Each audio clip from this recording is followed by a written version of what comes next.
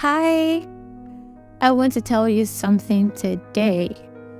I've realized that in the society or in the world at large, women are really generally celebrated. So I wouldn't say maybe women deserve the celebration so much, but it doesn't mean we do not deserve it. After all, I'm a woman, so we deserve celebration, and we ought to be celebrated every day of the year because we do a lot. Okay, but today I'm here to talk about the fathers. Because even though we women, we do a lot. Yes, you bring forth a child into the world, you take care of the family, you're there doing everything you can to make sure your family is intact. And from what they say that once you train a woman, you're training your whole family, which is in turn training your whole generation. I want us to look at the angle of a father today, because the role of a father cannot be overemphasized. A father is a spiritual head of the family. He is actually the head of the family, and he is also a spiritual head of the family. And if a father leads his family in the right way, his wife will follow suit, and eventually the children will also follow suit, and the family will become a better place. This is why it's very important for a father to stay connected to God. It's very important for a father to know the things he ought to know, to have knowledge of the times and seasons that we're in, of things to do, of the next step to take, of the next move to make.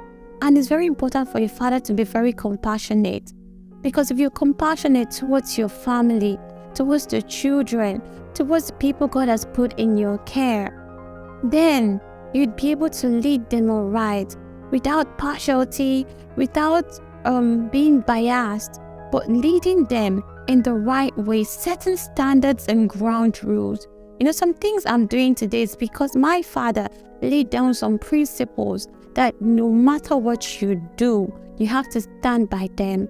And now I'm actually grateful for some of the things he did, even though those discipline weren't sweet at the time. But now I'm here, a strong woman today, from what I've learned from him thus far. So as a father, you have a very major role to play. Yes, sometimes the society doesn't understand what you're going through. We don't know the hardship you're going through. Sometimes you can't even talk about it, because everyone expects you to be strong. Everyone expects you to fend for the family, even when you don't even know what to do. You don't know who to tell. You don't know who will tell you, mention it, and they'll feel like you're not man enough. You can't do this, you can't do that. This is why God is there. You don't always discuss with your friends, because sometimes some people can't even help you. But you have God. Involve your wife, involve your family.